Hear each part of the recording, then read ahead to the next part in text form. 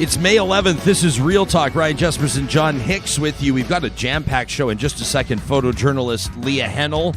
We're going to be talking to the mayor of the town of High Level and the chief of the Dene Tha First Nation. It's the anniversary this month, the 3-year anniversary of that Chuckegg Wildfire. You remember that? The one that tore through High Level, surrounding communities, impacting, of course, the Dene Tha First Nation in a big way. What have we learned from that? How are the communities bouncing back? And what does it mean for that region of northern Alberta, just shy of the Northwest Territories, in fact? Plus, in about a half hour, we're going to talk to the co-hosts of the Anthropomania podcast. Yesterday was a big show in the sense that we talked about heavy stuff. We did some lifting, so to speak. We talked about abortion. We talked about the opioid crisis and fentanyl overdoses and safe supply and supervised consumption. And today we thought maybe we'd allow ourselves to get a little bit more whimsical, to use our imaginations a little bit, to wonder what the world might look like if scientists were to bring back species that have been extinct for quite some time, like the Woolly Mammoth. I like this. I'm excited. So the Anthropomania podcast host Jay Ingram and Niki Wilson will be joining us in about a half hour. Really looking forward to that. Hey, Bitcoin's down. Everybody knows that. If you're taking a look at the trends right now, you see that cryptocurrency in particular, Bitcoin, has lost, 50% of its value or so over the past couple of weeks. It's a big story as people are also taking a look at what's happening with tech stocks. Is this all due to inflation? Is this market reaction to something, or is this cryptocurrency correcting itself, or what's the future look like for Bitcoin? If you have these questions, we've been telling you from the very start, I recommend that you talk to Benny and his team at Bitcoin Well. They'll help you make sense of what's going on. They'll help you achieve that clarity you seek. You can find Bitcoin Well under the sponsors tab on our website, ryanjesperson.com. Real Talk starts right now. Here's Ryan Jesperson.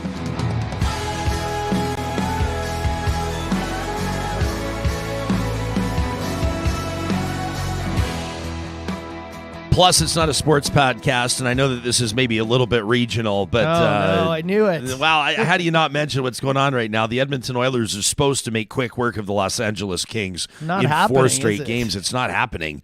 I don't know what's going on. Last night, an overtime loss for the team featuring the 2 greatest scorers in the league right now, Leon Draisaitl and Connor McDavid. How about the Toronto Maple Leafs? You knew it was going to be Austin Matthews that scored to put a great night for hockey last night. Put a scare in the Tampa Bay Lightning, and there's a lot going on. Johnny and I are talking about it off air and behind the scenes, but we'll stay focused as best we can today. You know, it was a while ago.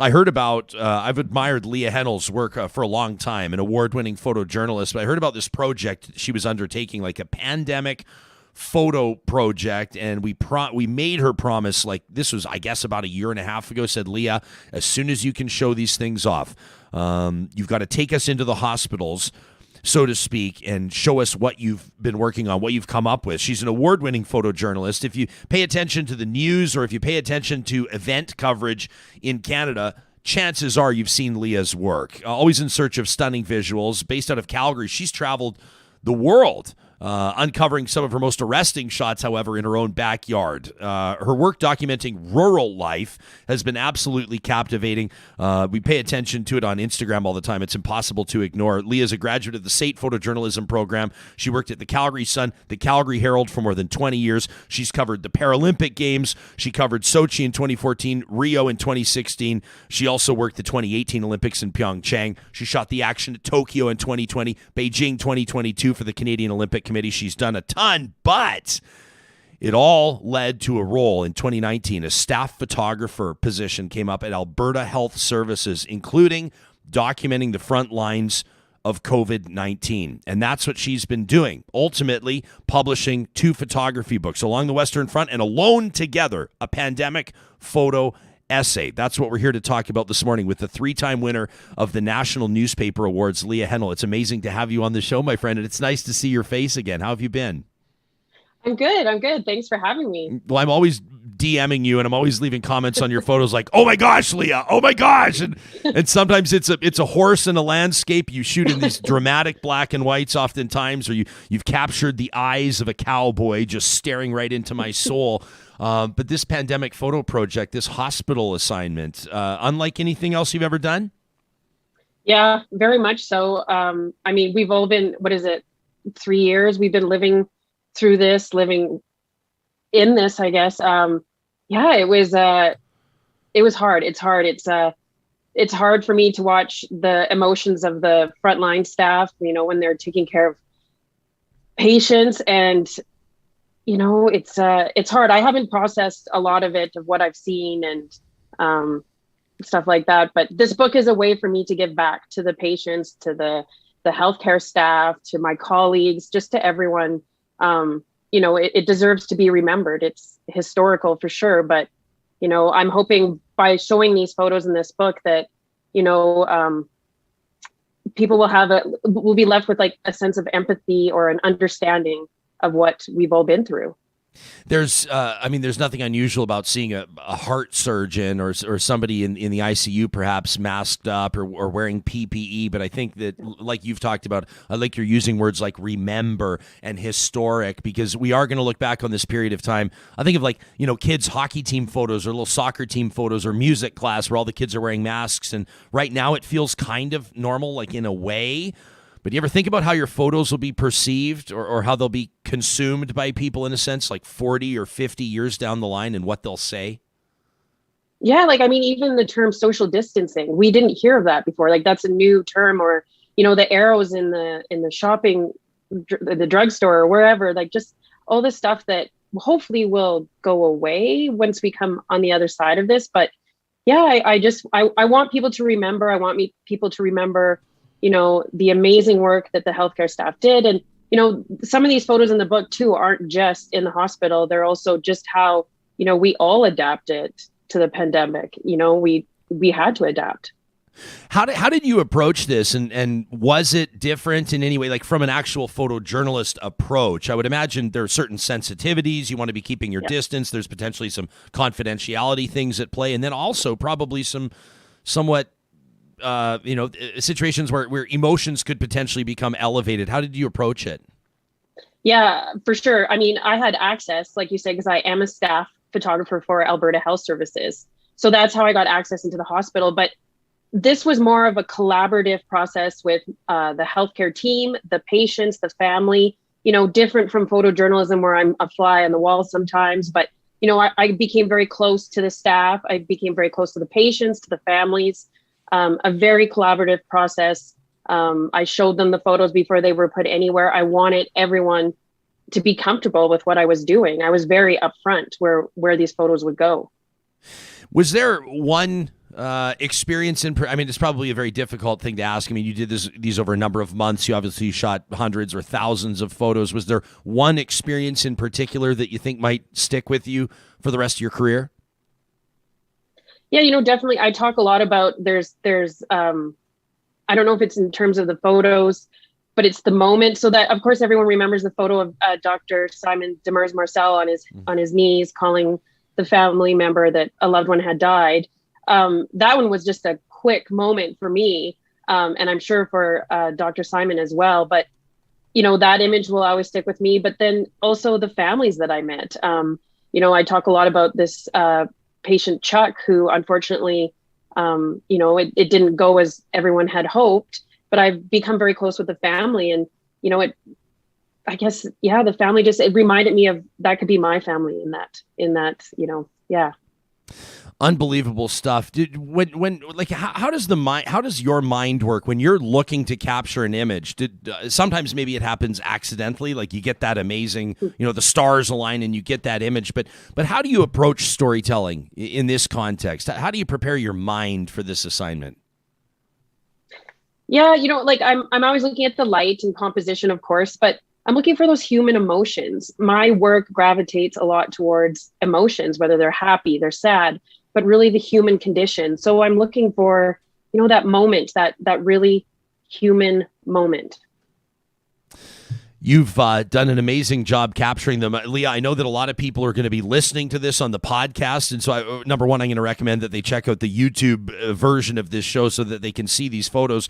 But of course, people are going to want to be able to get their hands on the book as well. So, and this is a cause, right? I mean, this is something they can do some good by contributing, by purchasing a book or two, maybe gifting one to somebody. What do people need to know about the book project and where they can find it? Yeah, so the proceeds from the book are going to the foundations that are helping support the work of Alberta Health Services. And they can get the book at in Calgary, the Camera Store, Shelf Life Books, Amazon, Indigo, pretty much everywhere. Yeah, they'll find the book, but it is for a good cause. Yeah, well, the photos are stunning, to say the least. I wish that we could sit with you for an hour and just say, tell us about this one. Tell us about this one. Did you get some insight into, there's that one that we're talking about right there, that doctor on his knees informing a family about a COVID patient's passing. Leah, that one, obviously an extremely special image.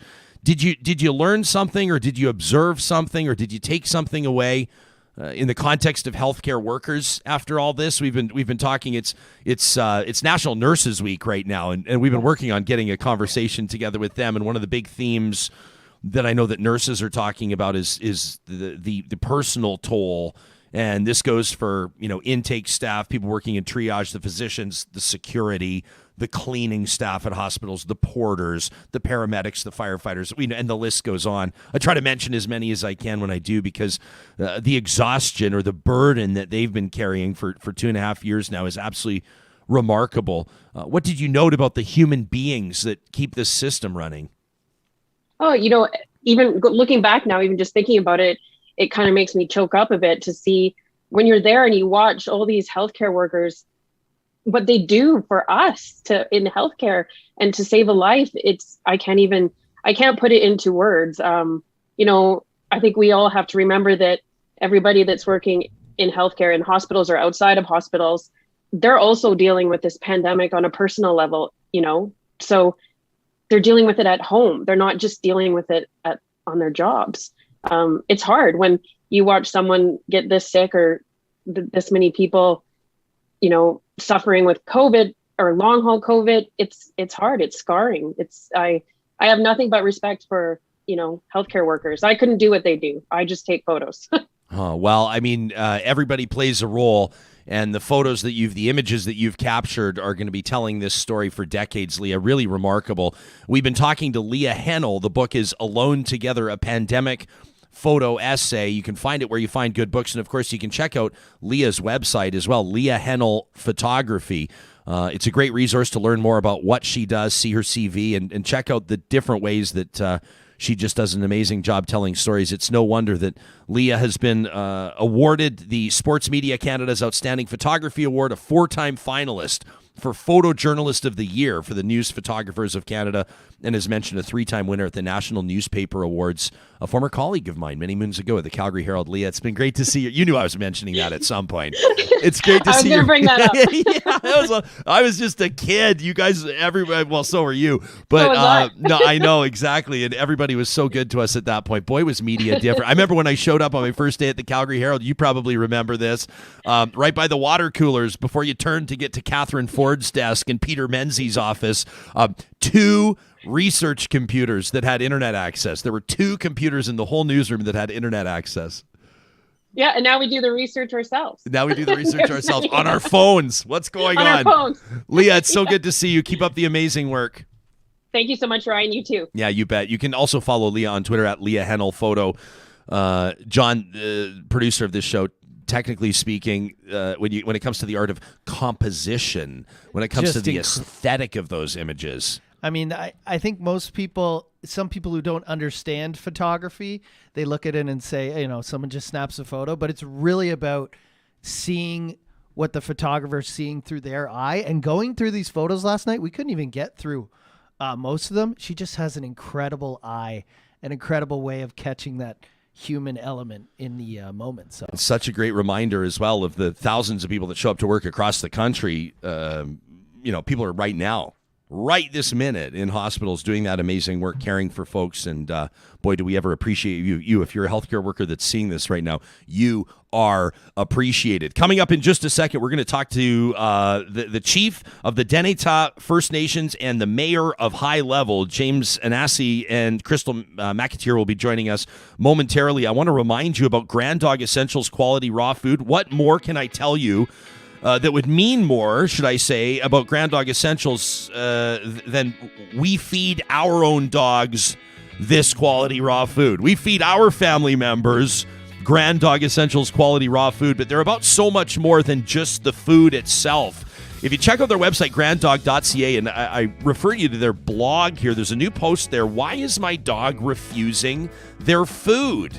Are you experiencing this in your household? Well, it happens, and you might be surprised at the reasons why. Just like humans, dogs have preferences and needs, and they might be sharing those with us when they refuse their food. So you can learn more on that, plus the role that fruits and veggies and carbs play. Yeah, carbs.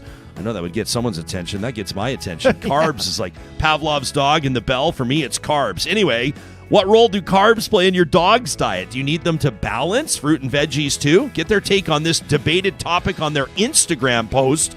And don't forget, when you order at granddog.ca for delivery to your door in Calgary, Edmonton, and Central Alberta, the promo code REALTALK gets you 10% off your first-time order.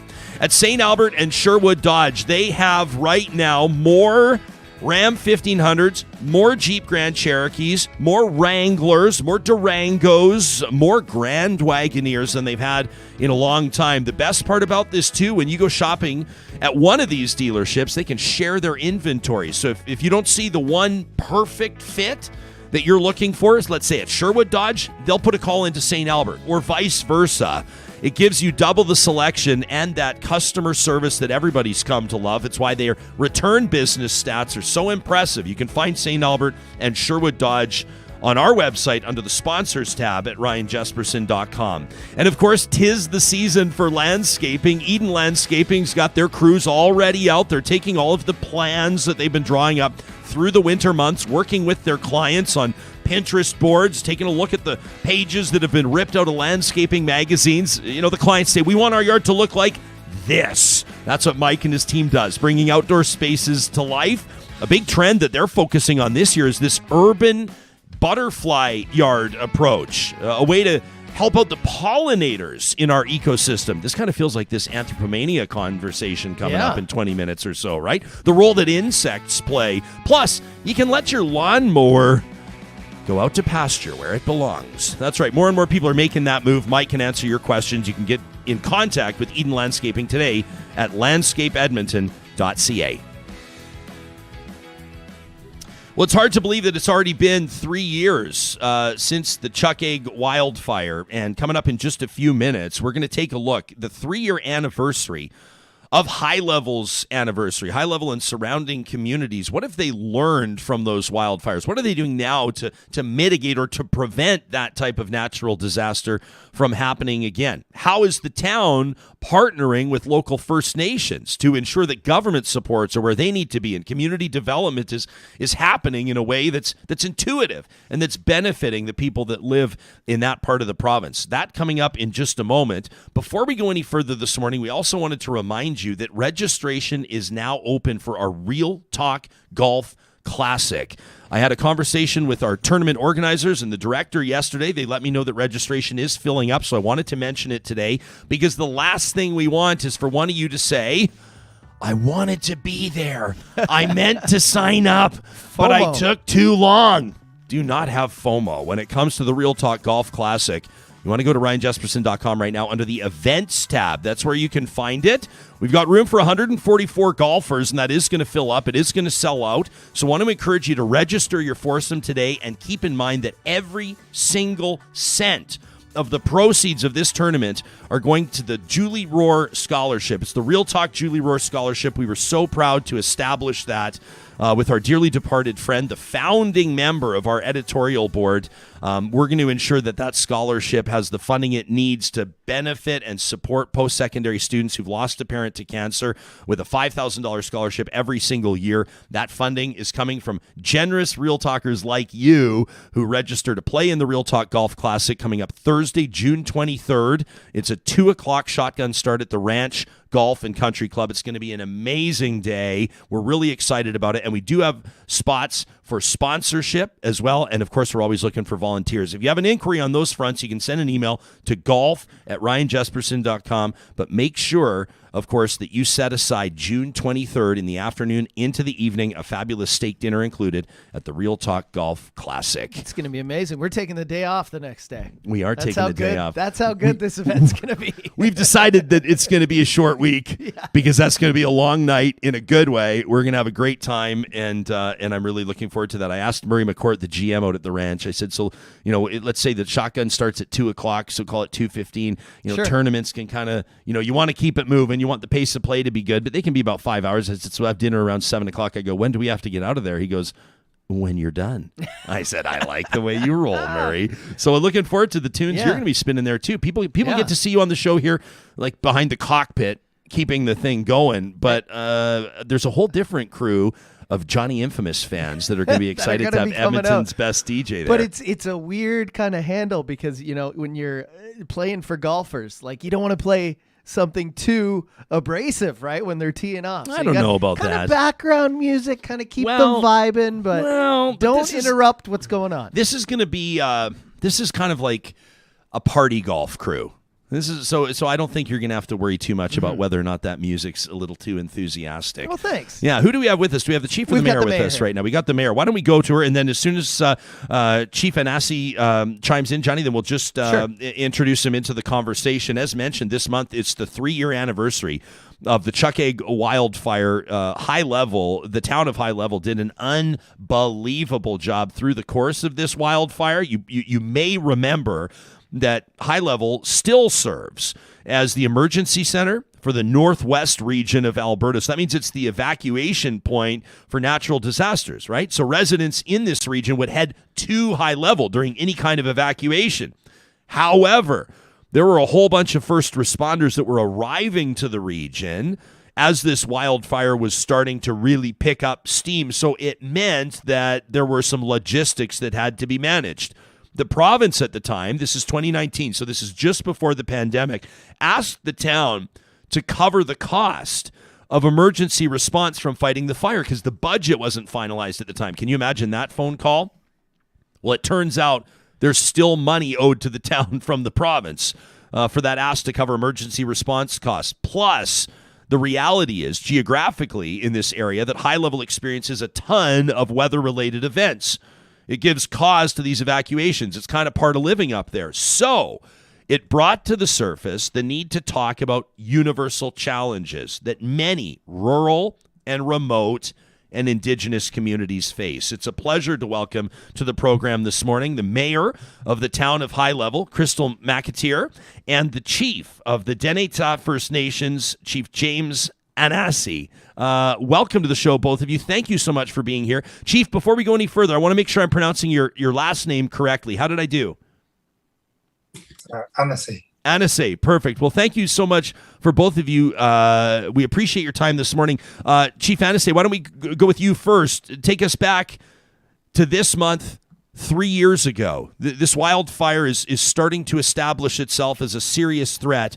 What do you remember about this time of year in 2019? That the fire was obviously, spreading out, and with the emergency team closely working with us to determine when the trigger points are. That was the most important thing, was that there's a fire science person that's involved with the emergency,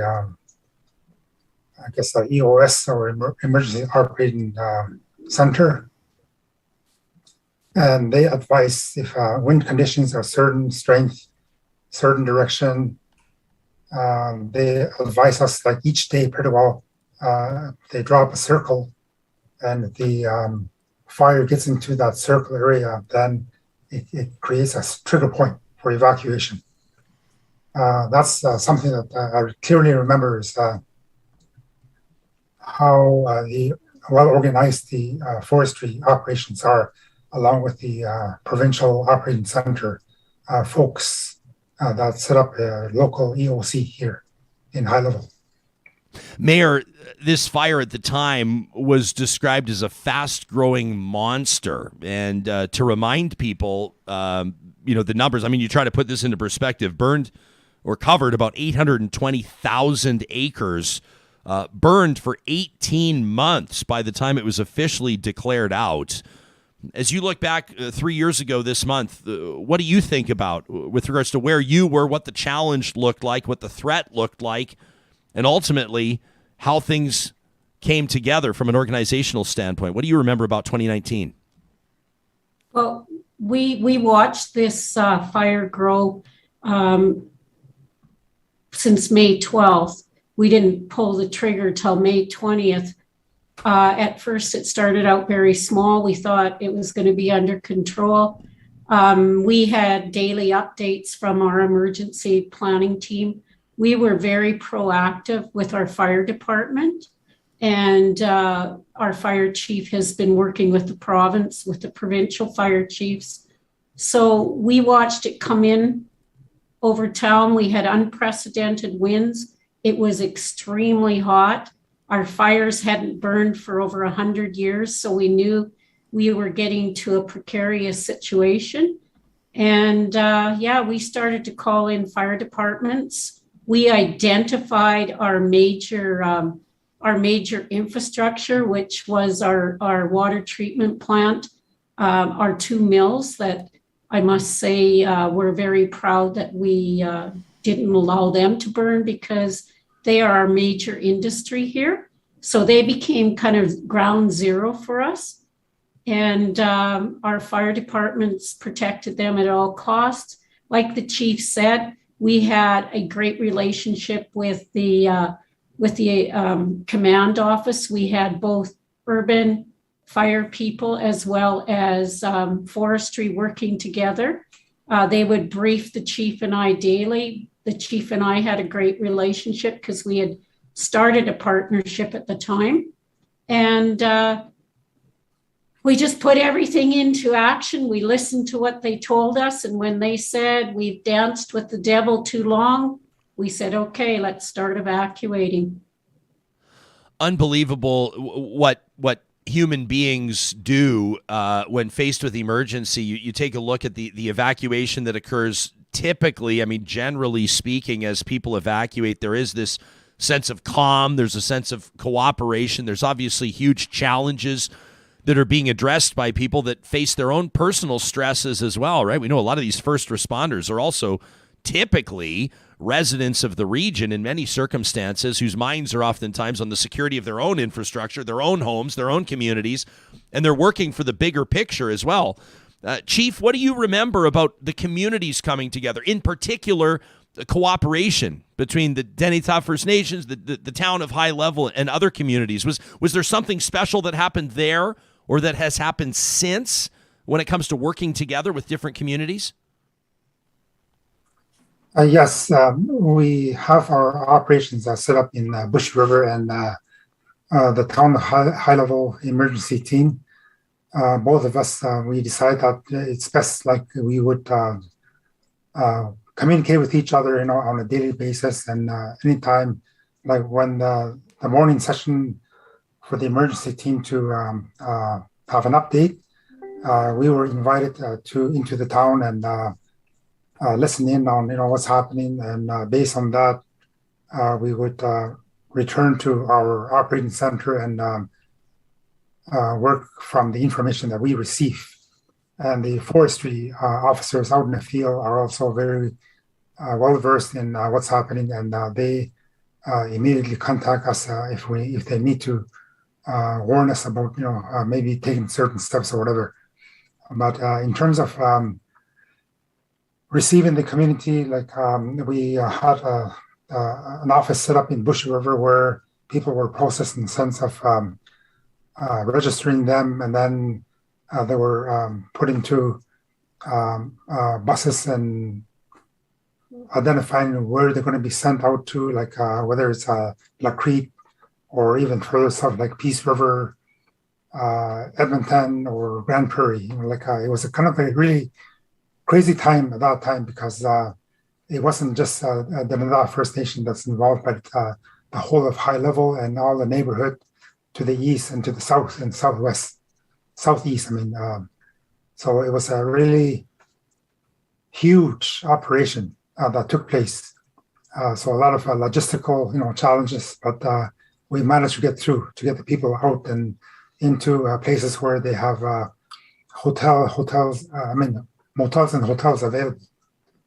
Mayor, it's, we oftentimes look back on these anniversaries of natural disasters or anniversaries of big events, and the public goes, okay, so what did we learn from that, or what has changed from that, or how have the politics evolved, or the interpersonal or the intercommunity relationships evolved?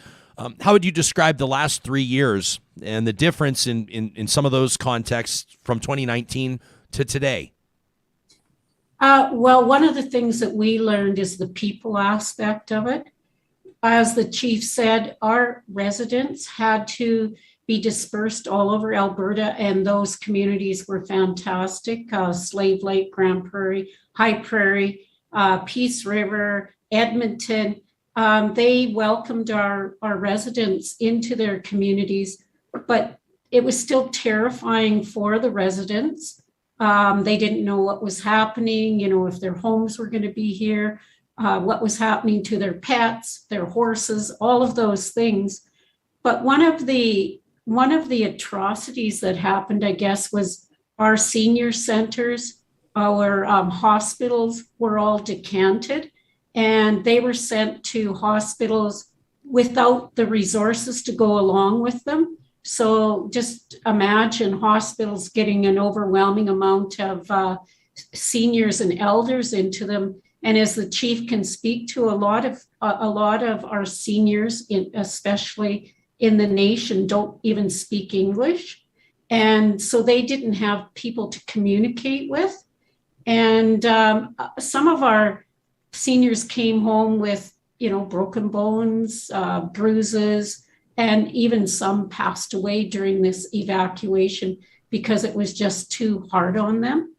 So I guess one of the lessons we learned was we have to keep our residents here. Like 800 kilometers north is not good enough. They need to be here with people that can understand them and speak with them and work with them. So we have monthly meetings. So we decided that we would work on a joint emergency plan, first of all, together, and also that we would be creative and we would work together on an evacuation center for our region.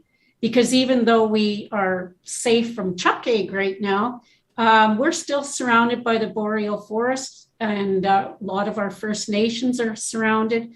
High Level is the central location. We have the regional hospital here, the airports, the hotel rooms for first responders.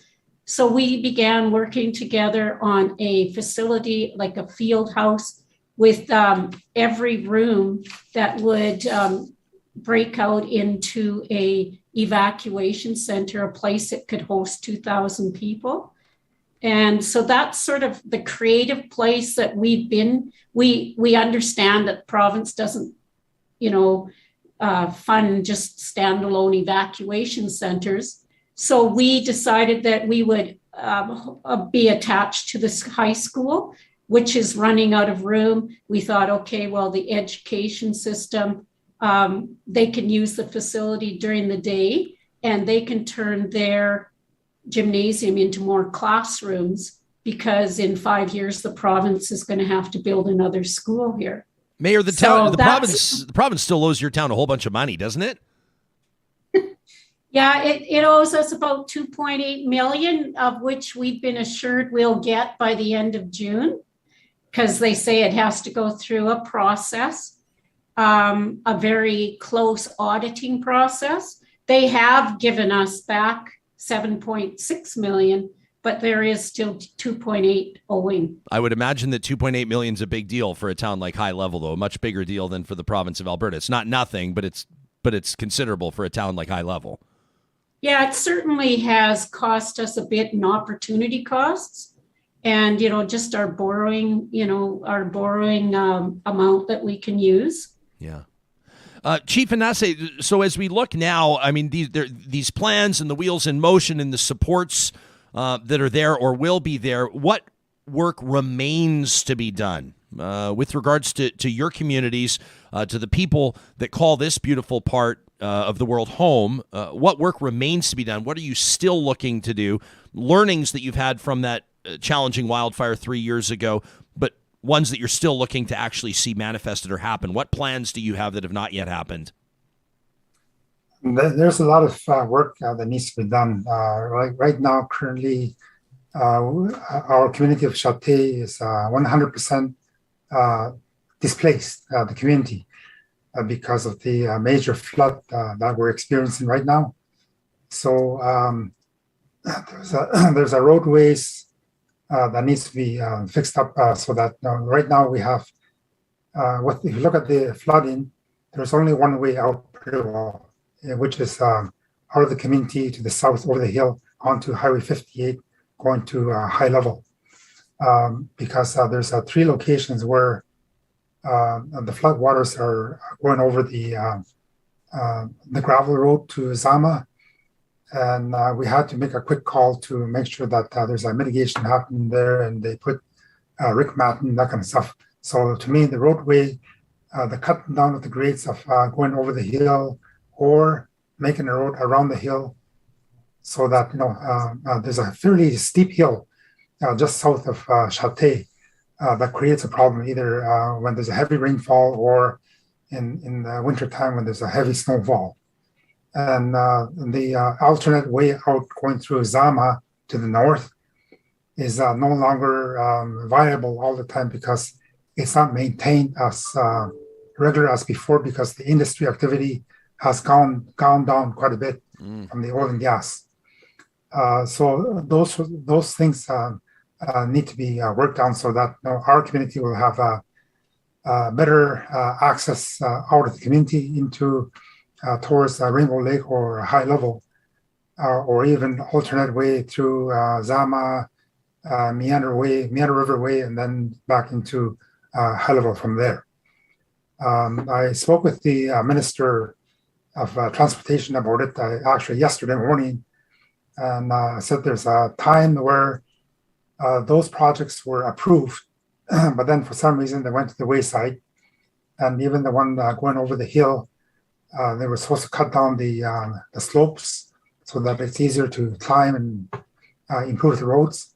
And that also went to the wayside because of budgetary issues, I suppose, in the province at that time. So aside from that, lots of work to be done.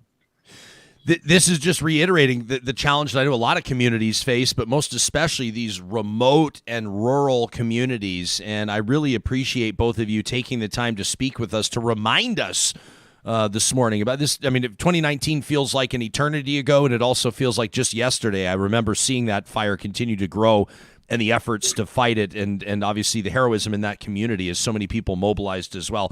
We've been talking to Chief James Ahnassay of the Dene Tha First Nations and the mayor of the town of High Level, Her Worship Crystal McAteer. To both of you, thank you for joining us on Real Talk this morning. Thank you for having us.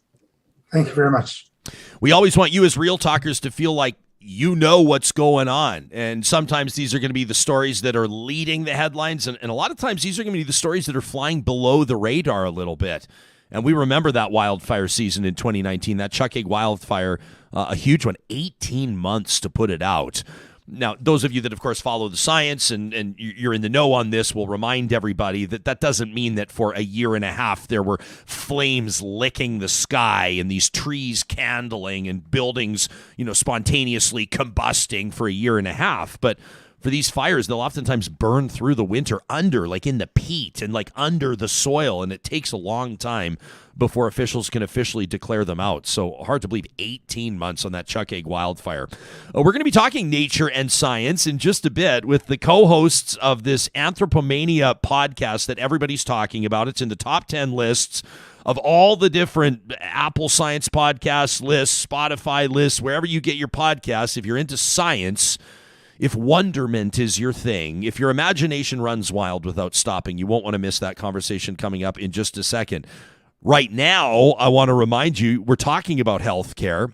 Infinity Healthcare is all about reliable, trustworthy, perfect fit placement when it comes to home care. And they're specialists in self-managed care. If you go to infinity-8.ca, you'll be able to read, many Albertans believe that if they require home care services, that Alberta Health Services is the only funded option. That is not the case. Did you know you can request to allocate your AHS publicly funded home care dollars to the home care company or provider of your choice? The program is called Self-Managed Care, SCM for short, and it means that you can seek out the best fit for your family and tap into funding sources so you don't have to dig into your own pocket. The team at Infinity Healthcare can explain this to you, plus tell you more about their personality matching service to make sure that you find home care that's the perfect fit for your loved one. You can find Infinity under the sponsors tab on our website. We tell you about Friesen Brothers every single day, and I tell you what I love about the place, but what about this from a real talker? G Money wrote in and said, thanks to you, Jespo, says G Money. Says, I went and checked out Friesen Brothers last night. My daughter and I drove there. Holy smokes, he says. I found my new favorite grocery store. Everything about the store is an experience. He says the cafe, the health food section, the products there, the butcher, the pizza. It's like fresh oven fired when you order it. He says the hunks of Bernard Callebaut chocolate, over the top, done right. He says the all-natural peanut butter, which is a staple in my life, is half the price of what it is at No Frills. Ooh. He says, I can't wait to go back, grab a beer, and enjoy some delicious food in the restaurant. What a refreshing change in a stagnant sector. That from G Money. G Money. G Money, bringing it. That was a money review. G for what? Groceries? I just signed up. Just signed up. G Money. I thought, hey man, I like that. Plus, you can save a little money, G, on the first of every month. 15% off grocery purchases. I can't help myself. $75 or more, 15% off the first of every month at Friesen Brothers. Our friends at Park Power want to remind you can compare rates today on their website at parkpower.ca. Why are you being so lazy? I'm saying this as a friend. I care about you. But you're getting your utility bill in the mail. You brace yourself. You feel that sort of like tightness in your shoulders as you open the envelope. You wonder what it's going to be. Got mine yesterday. Is it going to be $500? Is it going to be $700? Who knows with the rates all over the place? Why not compare natural gas, electricity, and even internet rates today and save yourself some money? If you bundle them all together, all three, the utility bundle incentive keeps money in your pocket, plus the promo code 2022-REALTALK gets you $70 off your first bill. $70 at parkpower.ca. And of course, once you're signed up with Park Power, you're also eligible to register for that solar rebate buyback program. They've got this in partnership with our friends at Kubi Renewable Energy. At kubienergy.ca, you can get your free quote today. You can learn more about their products and services and their careers. That's right. Help us grow clean energy in Canada. Join the Kubi Energy team. You can check out the projects they work on and learn what you could be a part of as the country continues to move towards this green energy goal. KubiEnergy.ca is where you want to go to learn more about that. In just a second, we will talk to the hosts of this podcast, Anthropomania, but first we want to give you an idea. There they all are. Look at those. They're ready to go. The hosts locked and loaded. First, Johnny, why don't we tee up what this is all about? Here's the podcast everybody's talking about. Check, check, check. Here we go. The corpseflower is one of the most remarkable plants on the planet, I think. It's a real science fiction monster. Are nature documentaries good for nature? What I really remember about it is there was a lot of lion on zebra, a lot of death. And Jacques Cousteau was doing a film about the Amazon, and there was a definite tension between the film crew and the biologist. Anyone who works in the field knows that the idea of simplifying a lot of these topics to 30 seconds or less is near impossible. Our next episode is actually going to be extraordinary. Chickens sing the egg song, and if you don't know what the egg song is, it goes like this. Bok, bok, bok, bok. This is a whole new season 2. In true Anthropomania fashion, we are putting the human relationship with other living things under the microscope. So I've got a smile smeared across my face, and you probably do too, as we welcome the hosts of this podcast to Real Talk making their debut, Niki Wilson and Jay Ingram. It's so good to see you both. Thanks for making time for us this morning. Thanks for having us. We should say long-time listener, first-time caller. Well, I appreciate that very much. This is the new space, isn't it? And this is how Canadians and people around the world are learning more and accessing their information and asking big questions. And it's so exciting to have some fellow movers and shakers in the podcast space joining us. Jay, your voice, we heard it in the trailer. Are nature documentaries good for nature? Are nature podcasts good for nature? How do you approach the question?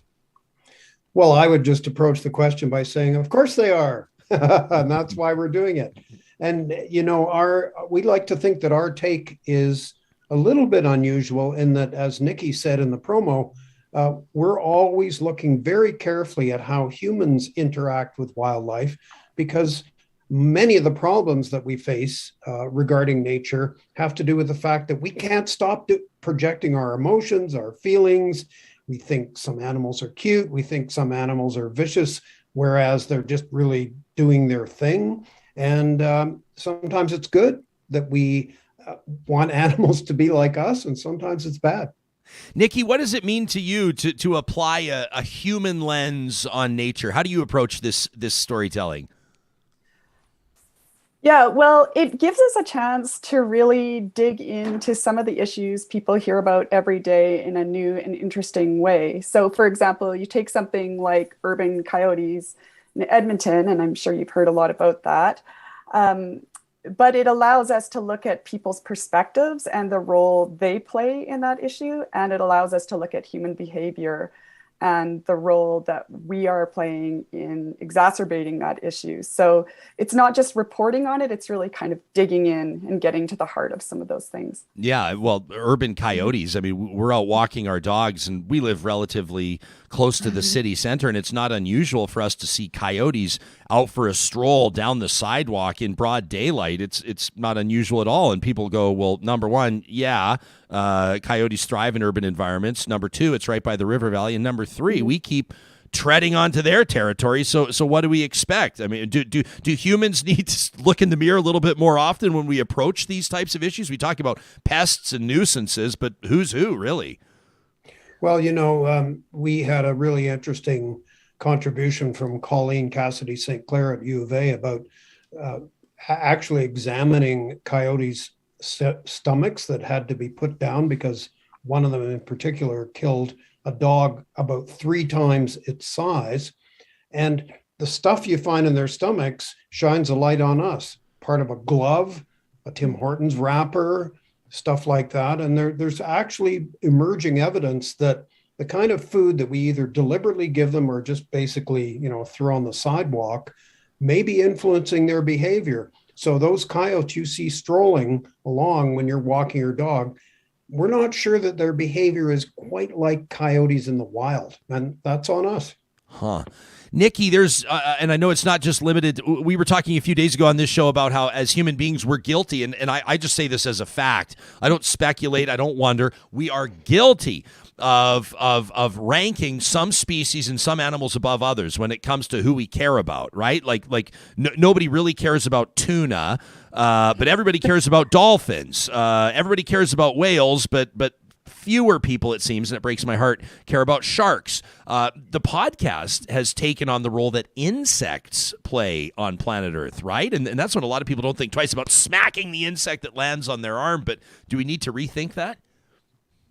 Yeah, well, we absolutely do, because we're actually seeing really serious declines in insect populations across the globe. And it's not just insects, it's, other groups like spiders and that kind of thing. And as you probably know, insects are really important to pollination. There's been some estimates that every 3rd bite of food we take is linked to an insect somehow. So it's a pretty important topic. And it's interesting you raise that bit about ranking, because it seems so arbitrary. Like, for example, Ryan, would you let a praying mantis just walk along your hand? I'm embarrassed to say I don't remember if they can't hurt me, right? Praying mantis? No, they can't hurt you. Oh, sure. I mean, I would love to have a pet praying mantis then. But their closest relative. their closest relative is a cockroach. And I don't know how you feel about that, but as someone who's accidentally had one run down their leg inside their pants, that does not feel the same, right? Well, I was just talking the other day. We have a friend who's a medical researcher. She's brilliant, and she's been doing her work, as a matter of fact, on degenerative brain conditions. She's been doing her work on rats. And we were talking about that just the other day, on how people feel differently about rats, whether or not they're in or outside of a lab, whether or not they're white or brown. I mean, really, as humans, it's fascinating how our brain works with regards to how we categorize these other living things. You know, one of the fascinating things, continuing on the insect theme, is that there have actually been studies to show how many fewer insects there are in our environment by actually measuring the number of insects that splatter on a windshield of a car that's been driven, a standard distance back and forth, different seasons, different weather conditions.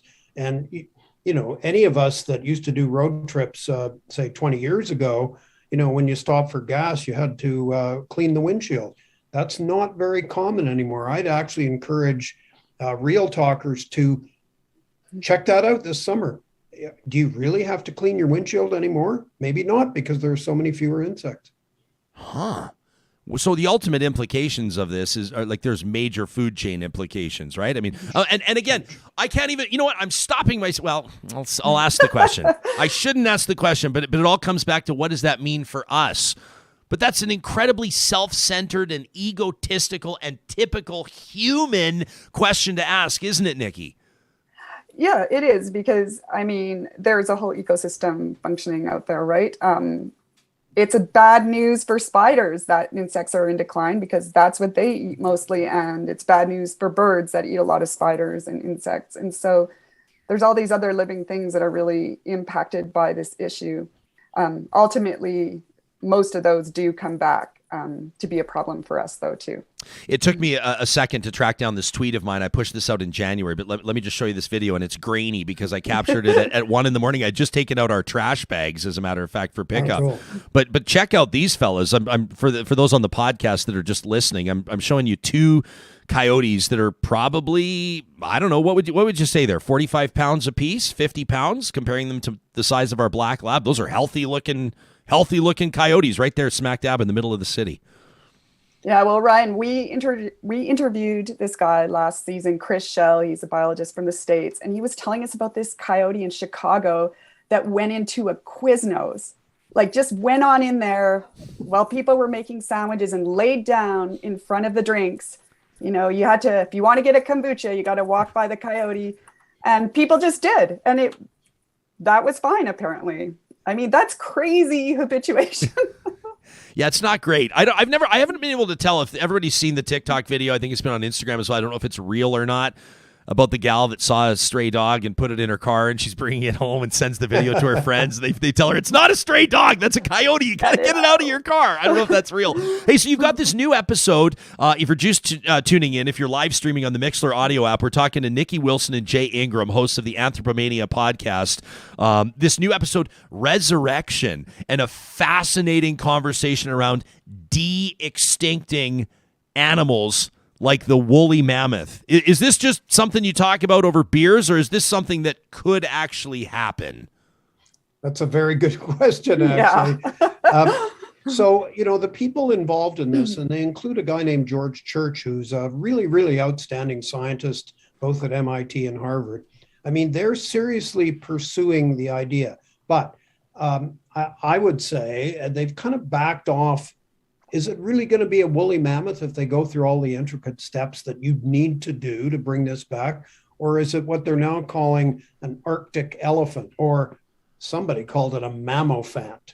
But the thing is, they argue environmental reasons why the Arctic would be a better place, especially in terms of global warming, if you had some of those ancient, huge, hairy, winter-hardened elephant types tramping on the ground, grazing, maybe turning it into grassland. But the whole project is super long-term and, in fact, may not ever work. But it's fascinating. That's the Anthropomania piece of it, right? We all would love to go see woolly mammoths in the north. It would be cool. But, yeah. Niki, how do we decide if it's the right thing to do? Like, what are some, do we have to, we can talk about the science side of it. Like, is it actually possible? And then there's the question, I feel like I'm just describing the script of Jurassic Park. That's basically what I'm doing right now. But there's the question of, should we? Yeah, and what's really interesting is, normally Jay and I we usually kind of eventually land on some kind of opinion about these things. But I have to say, in this case, we both weren't really sure how we felt. There's some reasonable arguments around the development of this technology, even in terms of animals that are on the verge of extinction. So some of this technology could be used to help save those animals, or make sure there's some living DNA, like from white rhinos, for example, that we can use to bring them back or grow a new population. On the other hand, these technologies are incredibly expensive. Like Paris Hilton was a recent investor in this mammoth project. I think they just got a $60 million infusion. Imagine what that money could do for conservation. So, there's just a lot going on around this. And I hate to poo-poo it because some amazing things could come from this technology. But I think there are some realities in conservation that make me question it a little bit. Yeah, and you've even got to think about things like probably the social elements. Like if you're going to introduce one, you've kind of got to introduce 2 or 10, right? Or something like that. What could it do to the food chain? What disruption could there be to sort of the entire ecology of the region? I think of the apex predators that would see a mastodon, or whatever we want to call it, an Arctic elephant, for the first time. And what that might look like. It'd be like your first time at an all-you-can-eat buffet, I guess, maybe. Or maybe not. Might be a rude awakening for them. What is it about the passenger penguin that has you both so fascinated? Yeah, the passenger pigeon. Pigeon, pardon me. So here's the thing. The thing that fascinates me about it is, in the mid-19th century, there were an estimated 3 to 5 billion of these birds. And 50 years later, there were none. And we did that. Random shoot. You should be, you could point your shotgun as a flock going overhead and just without even looking, kill 20. So we wiped them out. Well, there's an element of guilt, I think, in wanting to bring them back. Again, there's an environmental argument. The way their enormous flocks kind of flattened parts of the forest led to, a mixed forest, which is a better thing than a uniform forest. Beautiful birds, as you can see there, quite striking, fast flyers. But again, like the Arctic elephant, here's one of the things. These were a very social bird. So you can't just bring back 1 or 2, because that would be an animal welfare issue for sure. You got to bring back, to have them do what you'd like them to do in the forests in the eastern United States, you'd have to bring back, 100,000 minimum, just to have that kind of impact. And that's going to take maybe a century. I don't know, but people are out there doing it. I'm trying to do it. I'm trying to, and I recognize who I'm talking to here. Both of you have such a rich history in like science and storytelling and all this kind of, and I'm a guy who sort of, like, quite frankly, barely made his way through first year university biology. Most of us had trouble getting through first year, believe me. Yeah, well, I'm the son of a physician, and people always said, "You going to follow in your dad's footsteps?" And I'd always say, "Well, not as long as they're requiring science." But I do think of the theory, or whatever you'd call it, survival of the fittest. And I know that humans have had a devastating impact on a lot of species, and humans are responsible for the decline or even the extinction of some species. And then there's also just the way that the world works, and species, I guess, come and go, and it adds, or it introduces or begs that important question of what should be done when it comes to protecting species. And we talked about the role of zoos the other day, and how zoos are having to evolve their mandates to remain palatable to people, to remain feasible to people. And a big part of that is restoring species, or working on that conservation front. Are we having, Niki, as humans, enough of a conversation, or a focused enough conversation along these lines, do you think? Well, I think there's lots of conversations, especially around climate change and the impacts that's going to have on these species. You know, between that and biodiversity loss, I think there's a lot of awareness. I think the problem is more that taking the actions to protect species or protect their habitats really is in conflict with some of the ways we want to live our lives. And that really is a societal question. Like, are we willing to make the changes necessary so that other things can live?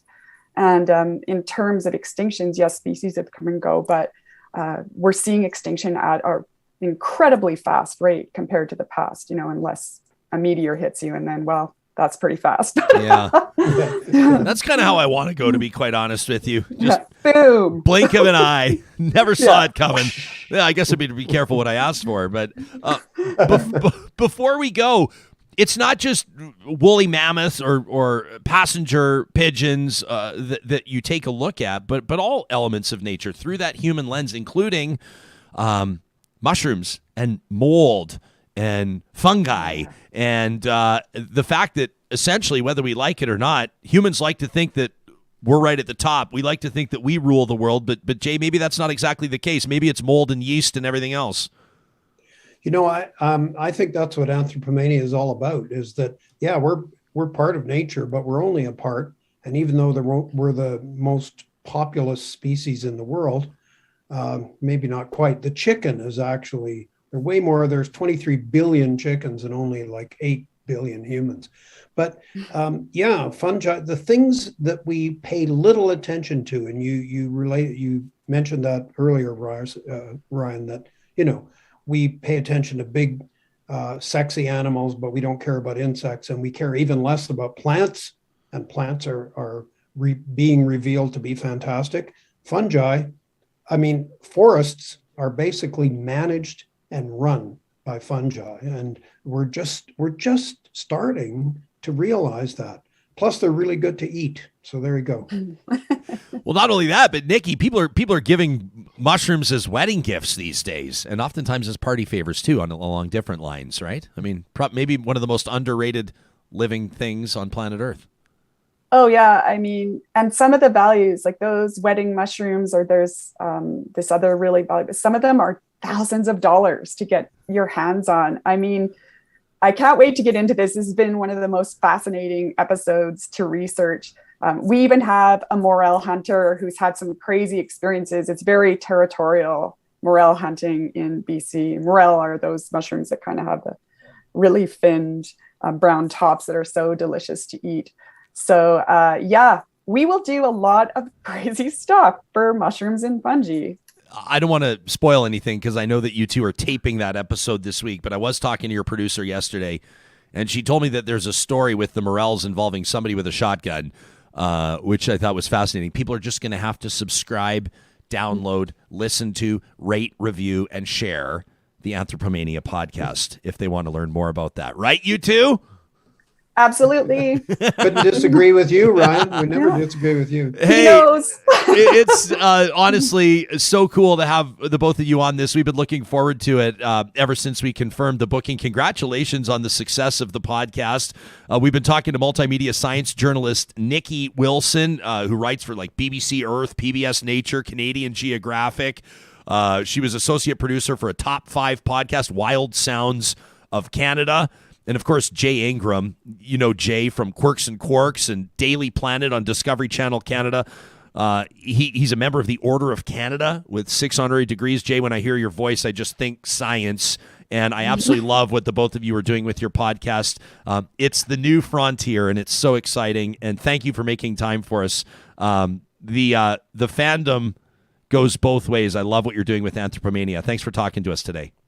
Thanks Awesome. a lot, Ryan. Thanks for what you do too, Ryan. Well, very cool stuff. That's Niki Wilson and Jay Ingram. More shows like that, please. That was incredible. Wasn't that great? Yeah.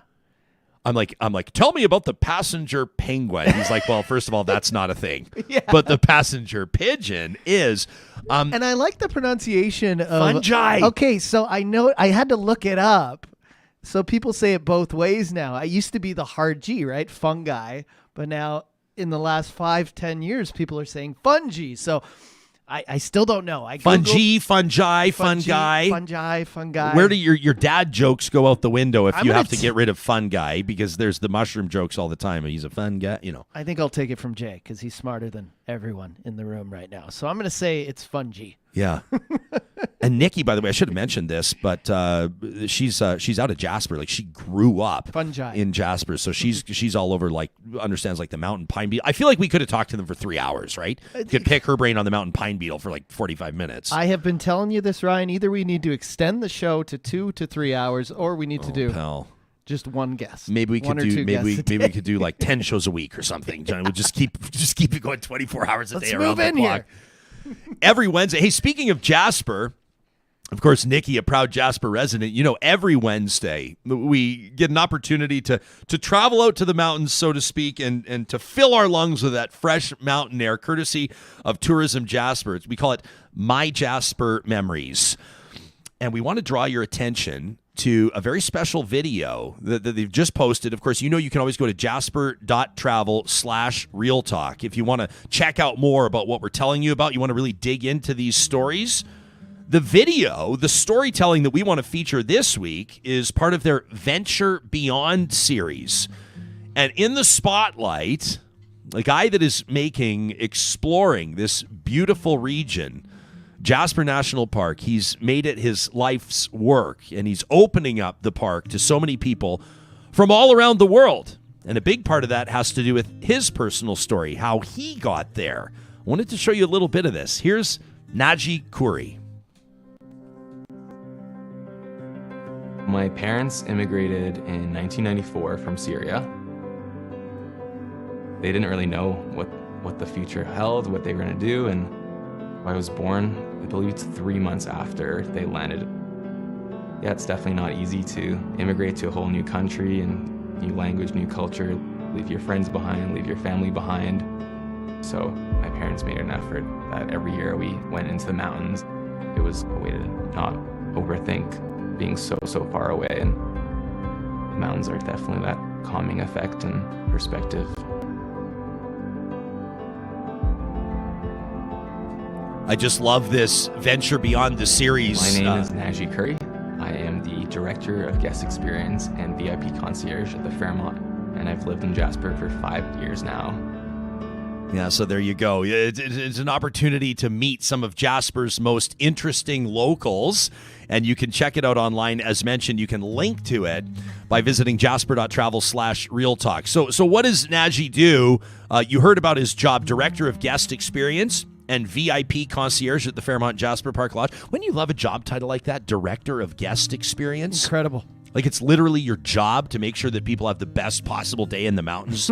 Yeah. Unreal. So he's an expert at crafting the perfect Jasper itinerary. You're going to make your way out there. You want to make sure that you don't waste a moment. You want to make sure that you take the most that you can from that experience. And Naji's got the inside track on everything from Jasper's most luxurious experiences to the most rugged of adventures, and there's plenty to be had out there. So you can follow the links, jasper.travel/realtalk, see his entire story. We showed you just a portion there. And then get his tips on how to have the perfect 2 days in Jasper. I'm going to let you know, my perfect 2 days are going to involve golf, maybe a summit, and probably dining with a view. Sounds good. If you throw golf, summit, a couple dining. old fashions in there, that's couple old fashions. Then the summit may have to fall. After the summit. What was that? Golf, 8 old fashions, and dinner? Yeah, I think that's what you said. And then sleeping in, spa. I think that's okay. Well, that's the point, is that your adventure can turn in a moment. Whatever you're looking for, people like Naji Khouri can make it happen. And we're so proud to present MyJasper Memories every Wednesday, courtesy of Tourism Jasper. We want to know what yours is. If you have a video or a photo that you're sharing on Instagram or Twitter, make sure to use the hashtag MyJasper, the hashtag RealTalkRJ, and you could see your Jasper memories, whether it was 2 or 8 old fashions, whether it was dinner, a summit, golf, or something else, spelunking, ice climbing in the winter. Moline Canyon's just going through that transition right now, right? Gorgeous. In the winter, there's nothing like it, watching the ice climbers or climbing yourself. Throwing on those crampons or the cleats that you might call them over your boots, and you put on that bucket, you put on your helmet, you walk through, and it's just like awe-inspiring. And then in the summer, Maligne Canyon is, I don't even know how to describe it. Breathtaking. Breathtaking. That's the only word. We'd love to see your photos. It's all part of MyJasper Memories, presented by Tourism Jasper. So what do you think? Do we bring back the Woolly Mammoth? I felt when you brought up Jurassic Park, I was like, this could have consequences. I felt like the whole time I was talking to them, I was thinking about the plot of Jurassic Park. It sounds great, but it also sounds like, I don't know, I don't want to get speared by a woolly mammoth. I kind of want, but maybe it would just be the same as anything else. It's like, just give them their space. I feel like anything that hasn't been alive in our, time span it would revolt. It would want to, escape. It would want to cause havoc. But that's what you got to drop them in spaces where they've got lots of room to roam. Yeah. But you wonder about and these are such fun conversations to have, and I love that podcast is having them, and vis-a-vis us as well. But you also have to have the bigger picture conversation of like, what would that do to the ecosystem? What would that do to just into the chain to just introduce these woolly mammoths? I mean, can you imagine Jasper National Park? There's woolly mammoths on the Columbia ice field, maybe. But I like how Jay said, like you would have to bring other species back above and below, and the time it would take, like a century for them to integrate it. It seems like far-fetched, but it's great to talk about. Very interesting. And I appreciate Tracy in our live chat as well, asking the tough questions. I mean, fungi, whatever. She says the age-old question: is it coyote or coyote? And Tracy says, I noticed that they were using both in the interview. So what do you say?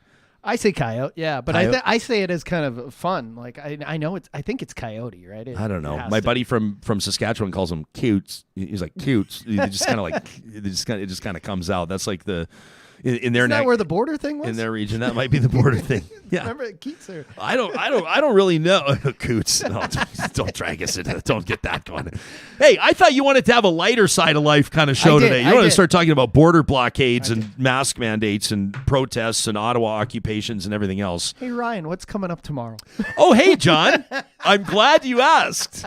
And in just a moment, I'm going to tell you about that. But first, I want to remind you that Northwest Fest continues all the way through till May 14th. All right? You've still got a few days to check out Canada's longest-running documentary film festival, and that includes, coming up on Friday, Love in the Time of Fentanyl. Did that stick with you all day yesterday, Johnny, or what? Probably one of the most, since I've been here, one of the most, just gut-wrenching stories, yeah. Unbelievable. The film itself, really unlike any other documentary I've ever seen.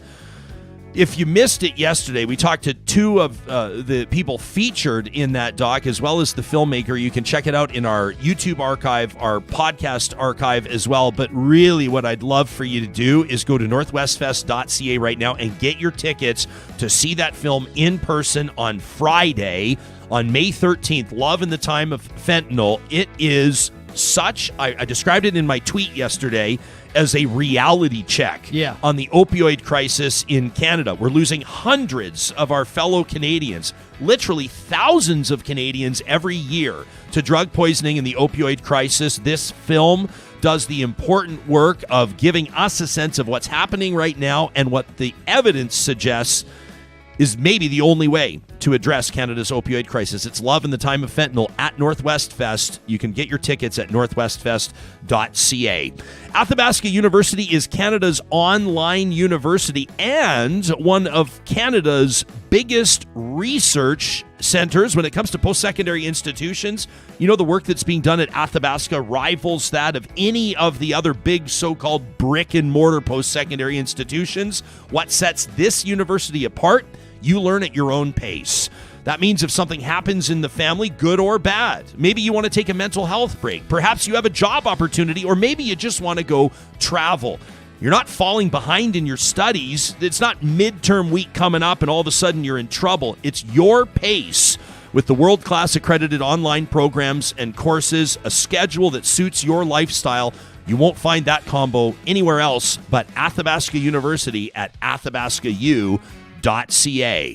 And our friends at Dairy Queen want to remind you, as if you needed reminding, it's blizzard season, baby. And that includes the very cherry chip Blizzard, which is available right now for a limited time at the Dairy Queens of Northwest Edmonton and Sherwood Park. I keep talking about the cotton candy Blizzard treat, but the truth is, what's really flying under the radar might be the Girl Guides Chocolatey Mint Cookie Blizzard treat as well.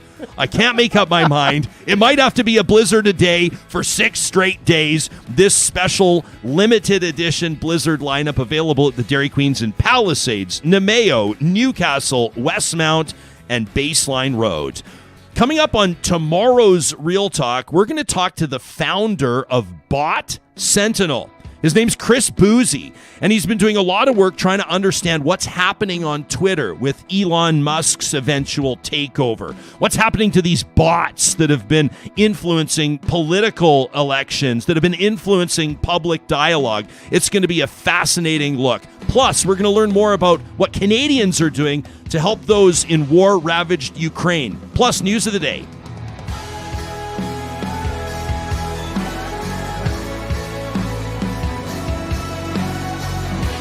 Real Talk is hosted by Ryan Jesperson, technical producer John Hicks, managing director Josh Dunford, account coordinator Lawrence Sterlego, general manager Katie Cook-Chivers, website design Mike Johnston, voiceover by me, Carrie Skelton.